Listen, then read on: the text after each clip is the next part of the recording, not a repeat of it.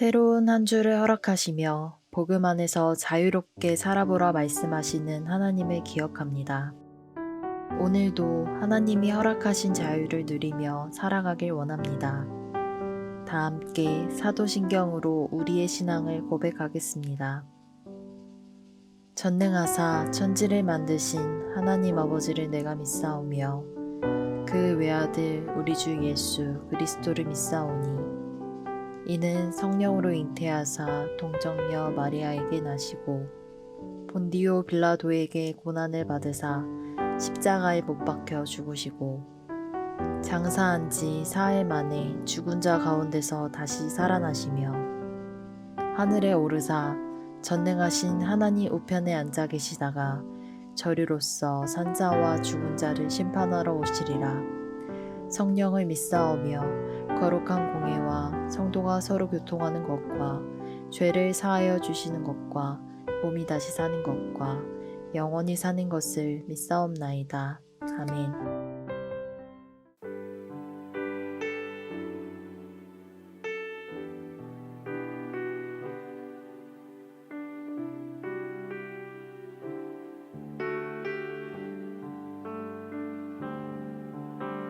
주 나의 모습 보네 상한 나의 맘 보시네 주 나의 눈물 안에 홀로 울던 맘 하시네 주 사랑 내게 있네 그 사랑이 날 채우네 주 은혜 내게 있네 그 은혜로 날 세우네 세상 소망 다 사라져가도 주의 사랑은 끝이 없으니 살아가는 이 모든 순간이 주 은혜임을 나는 믿네 세상 소망 다 사라져가도 주의 사랑은 끝이 없으니 살아가는 이 모든 순간이 주 은혜임을 나는 믿네.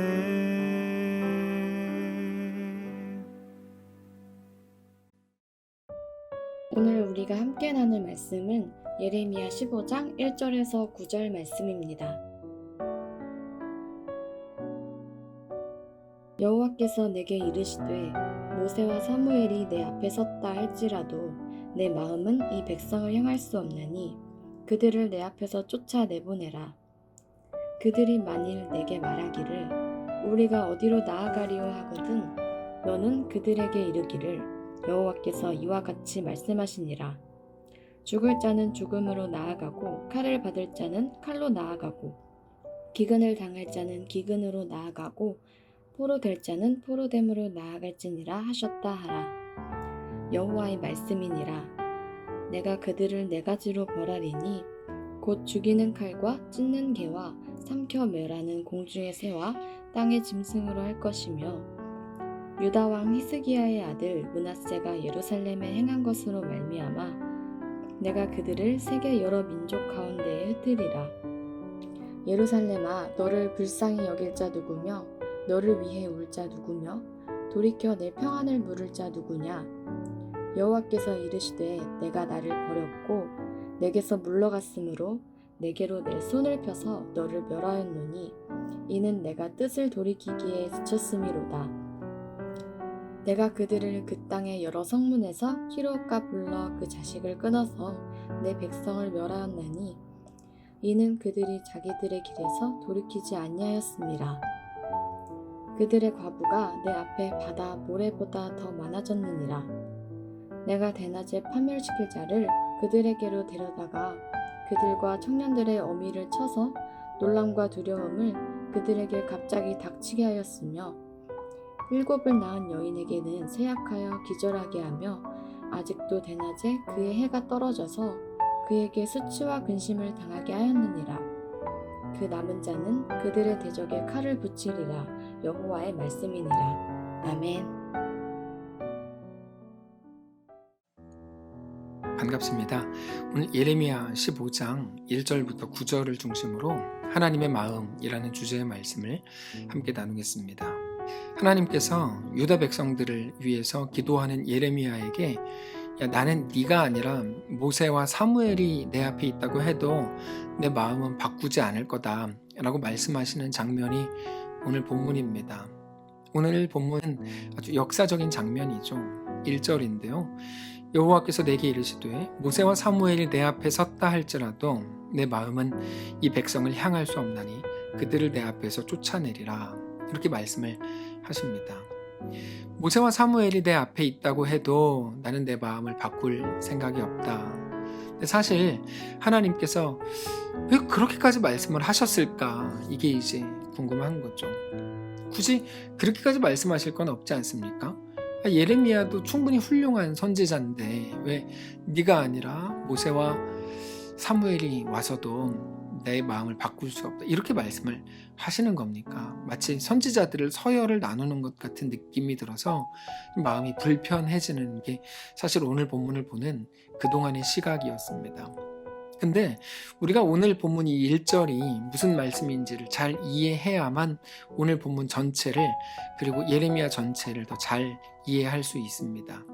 이스라엘 백성들이 하나님께 범죄했고 하나님께서는 그들을 징계하겠다고 말씀을 하십니다. 그게 예언이죠. 예레미야를 보내셔서 하나님께서 예언하게 하신 말씀입니다. 그래서 선지자인 거죠. 미리 안 자다, 선지자. 그게 이제 예언을 하는 사람들이라는 의미입니다. 근데 예레미야 이전에도 그런 일들이 제법 많았습니다. 이스라엘 백성들이 범죄했을 때 하나님께서 선지자를 보내서 깨닫게 하고 그들의 죄를 선포하게 하시죠. 그럼 그들은 또 하나님의 말씀들을 그들에게 나아가서 전합니다. 근데 그들이 아무리 전해도 백성들이 하나님께 돌아오는 일은 많지 않았거든요. 그러면 그들은 또 하나님께 나아가서 백성들의 입장을 항변하죠. 예전에 설명을 드렸지만 하나님께서 이렇게 선지자를 불러서 야, 너 백성들에게 가. 그래서 이렇게 말씀을 받고 그대로 꺾어서 백성들에게 말씀을 전해요. 근데 백성들의 상황을 보니까 그들은 잘못을 했고 벌을 받아야 되는데 그게 너무 안타까운 거야. 하나님의 마음이 선지자에게 임하는 거죠. 너무 안타까워서 하나님은 선지자를 보내시는 거거든요. 그러면 선지자는 그 하나님의 마음을 품고 다시 돌아와서 하나님께 이제 백성들을 변호합니다. 이거에 대해서 한번 설명을 드렸는데 모세 시대 때도 하나님께서 모세를 통해 이스라엘 백성들에게 말씀을 전한 게 한두 번이 아닙니다. 근데 그때마다 이스라엘 백성들이 돌아오지 않거든요. 그러니까 모세가 하나님께 나아가서 이제 이스라엘 백성들을 위한 기도를 합니다. 근데 그때는 하나님께서 모세의 기도를 들으셔서 광야의 이스라엘 백성들을 용서하시거든요. 그게 출애굽기 32장에 나오는 내용입니다. 출애굽기 32장 31절부터인데 제가 읽겠습니다. 모세가 여호와께로 다시 나아가 여짜오되 슬프도소이다. 이 백성이 자기들을 위하여 금신을 만들어 싸우니 큰 죄를 범하였나이다. 그러나 이제 그들의 죄를 사하시옵소서. 그렇지 아니하시오면 원하건대 주께서 기록하신 책에서 내 이름을 지워버려 주옵소서. 여호와께서 모세에게 이르시되 누구든지 내게 범죄하면 내가 내 책에서 그를 지워버리리라. 이제 가서 내가 너에게 말한 곳으로 백성을 인도하라. 내 사자가 내 앞서 가리라. 그러나 내가 보응할 날에는 그들의 죄를 보응하리라. 하나님께서 하나님 제발 이스라엘 죄를 용서해 주십시오. 그 뜻을 돌이켜 주십시오. 라고 기도하는 모세의 기도를 들으시고 그들의 죄를 사하시죠. 이런 장면은 민수기 14장에도 비슷하게 또 나옵니다. 민수기 14장 18절 이하인데요. 여호와는 노하기를 더디하시고 인자가 많아 죄악과 허물을 사하시나 형벌 받을 자는 결단코 사하지 아니하시고 아버지의 죄악을 자식에게 갚아 3, 4대까지 이르게 하리라 하셨나이다. 구하옵나니 주의 인자의 광대하심을 따라 이 백성의 죄악을 사하시되 애굽에서부터 지금까지 이 백성을 사하신 것 같이 사하시옵소서. 여호와께서 이르시되 내가 네 말대로 사하노라. 여기도 마찬가지죠. 이스라엘의 범죄로 인해서 하나님께서 그들을 치겠다고 말씀을 하셨지만 모세가 그들을 위해 기도할 때 하나님께서는 내가 네 말대로 그들의 죄를 사하겠다 이렇게 말씀을 하시는 겁니다. 근데 이게 오늘 본문을 보면 모세와 사무엘이라고 돼 있죠. 사무엘에게도 동일하게 역사하신 적이 있었습니다. 사무엘상 7장인데요. 제가 읽겠습니다. 7장 9절입니다. 사무엘이 전 먹는 어린 양 하나를 가져다가 온전한 번제를 여호와께 드리고 이스라엘을 위하여 여호와께 부르짖음에 여호와께서 응답하셨더라. 그러니까 하나님께서 이스라엘을 벌하겠다 말씀을 하셨고 사무엘은 하나님께 나아가서 그들을 위해서 부르짖었죠. 그러자 하나님께서 응답하셨습니다. 그들의 죄를 사하신 거죠. 모세와 사무엘은 그런 공통점이 있는 겁니다. 하나님께 말씀을 받아서 그들에게 갔고 근데 그들의 죄악을 보면서 너무 가슴 아파했고 그래서 그들이 회개하지 않았죠. 그러자 모세와 사무엘이 직접 하나님께 그들의 죄를 사해달라고 기도했을 때 하나님은 그들의 죄를 사하십니다. 오늘 본문에서 그 얘기하는 거거든요. 유다가 범죄했습니다. 예레미야는 하나님의 말씀을 알았기 때문에 범죄한 유다 백성을 위해서 하나님께 나아가죠. 그리고는 그들의 죄를 용서해 주십시오. 이렇게 이야기하죠. 하나님의 자비하심과 은혜를 그들에게도 베풀어 주십시오. 그거는 모세가 했던 일이고 사무엘이 했던 일입니다. 예레미야는 분명히 모세와 사무엘에게 행하셨던 하나님의 역사를 기억하고 있었을 겁니다. 그 역사를 근거로 그 역사적 사건이 근거가 돼서 예레미야도 하나님께 계속해서 간구할 수 있었던 겁니다. 분명한 근거를 가지고 기도한 겁니다. 예레미야의 근거는 모세와 사무엘이었던 거죠. 그러니까 오늘 본문에서 하나님께서 네가 아니라 모세와 사무엘이 와서 기도한다고 해도 나는 듣지 않을 거다라는 그 말씀은 예레미야야 너보다 모세와 사무엘이 훨씬 더 훌륭한 선지자들이다 그런 말이 아니고 예레미야야 나는 네가 어떤 근거를 가지고 기도하는지 어떤 역사적 사건을 가지고 나에게 나와서 기도하는지 잘 알고 있다. 그래 나는 그때 그들의 기도를 들었고 백성들을 그때는 용서했다. 근데 지금은 다르다 이 얘기입니다. 지금 그들의 죄가 막 더 크다. 너보다 모세와 사무엘이 더 훌륭한 선지자다. 이런 말이 아니고요. 그때와 지금은 다르다는 거예요. 이번에는 그렇게 없었던 일로 하지 않을 거다. 이런 말이 1절입니다. 그래서 오늘 본문에서 모세와 사무엘이 그렇게 대단한 선지자였다라는 말을 하는 게 아니고 그때의 징계와 지금의 징계, 지금 하나님께서 유다 백성들에게 행하시려고 하는 그 일 자체가 차원이 다르다는 겁니다. 그때의 죄악은 별거 아니었고 지금은 엄청난 죄악이라는 말이 아니고 이번에는 단지 징계가 전부가 아니라 바벨론에 가서도 그들은 하나님의 은혜로 살 수 있다는 것을 보여주려고 하는 거니까 아예 내용 자체가 다른 상황이라는 거죠. 하나님께서는 단지 너희가 회개하기를 바란다 이거를 넘어서서 너희의 죄의 근원인 두려움을 제거하겠다 이렇게 말씀을 하시는 겁니다. 큰 수술이 될 겁니다. 생각보다 엄청 큰 수술을 낼 겁니다. 그게 오늘 본문에 나오는 겁니다. 결국에 바벨론 포로라는 70년의 기간을 필요로 하는 역사가 되는 게 바로 그 일입니다. 그 이해 안에서 오늘 본문을 보아야만 오늘 본문을 제대로 볼 수 있는 거죠. 결국에 오늘 본문은 내가 이렇게 수술할 거야. 이렇게 이해하시면 이해가 정확해집니다. 하나님께서 무서운 말씀들을 하시거든요. 2절을 보시면 그들이 만일 내게 말하기를 우리가 어디로 나아가리요 하거든 너는 그들에게 이르기를 여호와께서 이와 같이 말씀하시니라 죽을 자는 죽음으로 나아가고 칼을 받을 자는 칼로 나아가고 기근을 당할 자는 기근으로 나아가고 포로될 자는 포로됨으로 나아갈 것이라. 여기 보면 죽을 자, 칼을 받을 자, 기근을 당할 자, 포로될 자 이렇게 이제 구분을 하시죠. 유다 백성들은 정말 그런 일들을 당하게 될 겁니다. 3절도 보시면 여호와의 말씀이니라. 내가 그들을 4가지로 벌하리니 곧 죽이는 칼과 찢는 개와 삼켜 멸하는 공중의 새와 땅의 짐승으로 할 것이다. 구체적으로 말씀을 하시죠. 하나님의 심판에 사용될 도구들입니다. 자, 오늘 본문을 큰 수술로 이해하시면 쉽다 그랬죠. 하나님은 이런 칼들로, 이런 도구들로 수술할 거다 이거야. 그러면서 앞으로 일어나게 될 일들에 대해서 7절 이하에서 이렇게 또 말씀을 하십니다.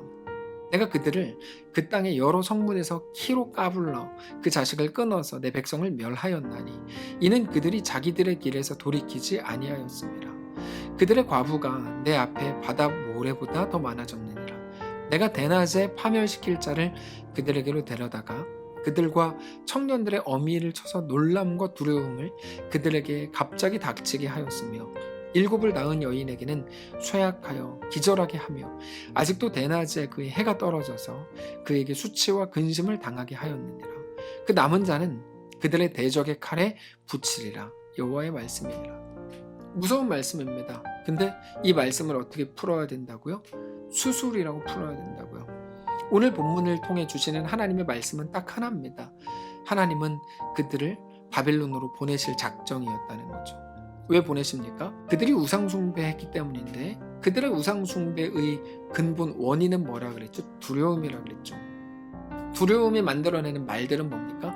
안 되는데, 안 되는데, 큰일 나는데, 절대 안 되는데, 어떤 것도 안 된다, 있을 수 없는 일이다, 이렇게 되면 괜찮을 수가 없다, 용납할 수 없다. 이런 생각에서 나오는 모든 두려움으로 비롯된 반응들이죠. 그 두려움으로 꽉 차서 어떤 이야기 합니까?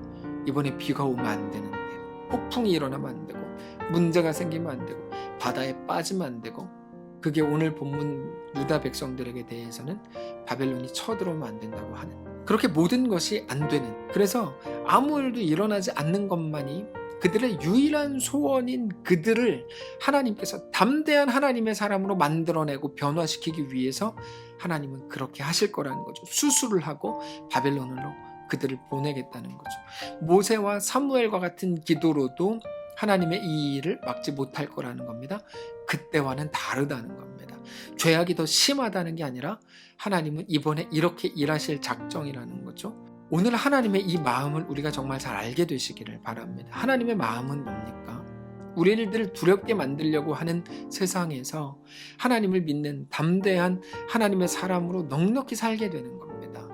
그게 하나님의 자녀요, 하나님의 백성이기 때문입니다. 성도 여러분, 오늘 우리의 삶이 믿음으로 꽉 찬 삶이 되시기를 원합니다. 그래서 두려움으로 채워지는 게 아니라, 두려움에 휩싸이고 두려움에 이끌려 사는 게 아니고, 믿음으로 인한 담대함, 그 넉넉함, 그 온전함들을 알고 누리게 되는 우리의 오늘, 우리의 한 주가 되시기를 주님 이름으로 축복합니다. 한번 기도하겠습니다. 살아계신 하나님, 감사합니다. 두려움으로 꽉 차 있는 우리들을 두려움에서 해방하게 하시고, 그렇게 하나님을 믿음으로 넉넉하고 담대한 주의 백성들로 서게 하시기를 원합니다. 그렇게 행하실 하나님을 기대합니다. 여전히 두려움 속에 빠져 있었던 우리를 불쌍히 여겨주시고, 이제 다시금 주님 앞에 나아가 하나님만 나의 왕입니다, 주님과 함께라면 어디든지 관계없습니다, 그곳이 왕궁이든지 초막이든지 하나님과 함께하는 그곳이 나의 하나님 나라입니다, 정직히 고백하는 귀한 우리의 오늘, 이번 한 주 되도록 축복하시옵소서. 감사드리며 살아계신 예수님의 이름으로 기도합니다. 아멘. 사랑하는 성도 여러분, 하나님께서 오늘 하루를 우리에게도 허락하셨습니다. 믿음을 가지고 우리의 삶을 넉넉히 살게 되시기를 바라고, 믿음이 가져다주는 온전함과 넉넉함과 담대함이 오늘 우리의, 그리고 이번 한 주 우리의 삶이 되시기를 축복합니다.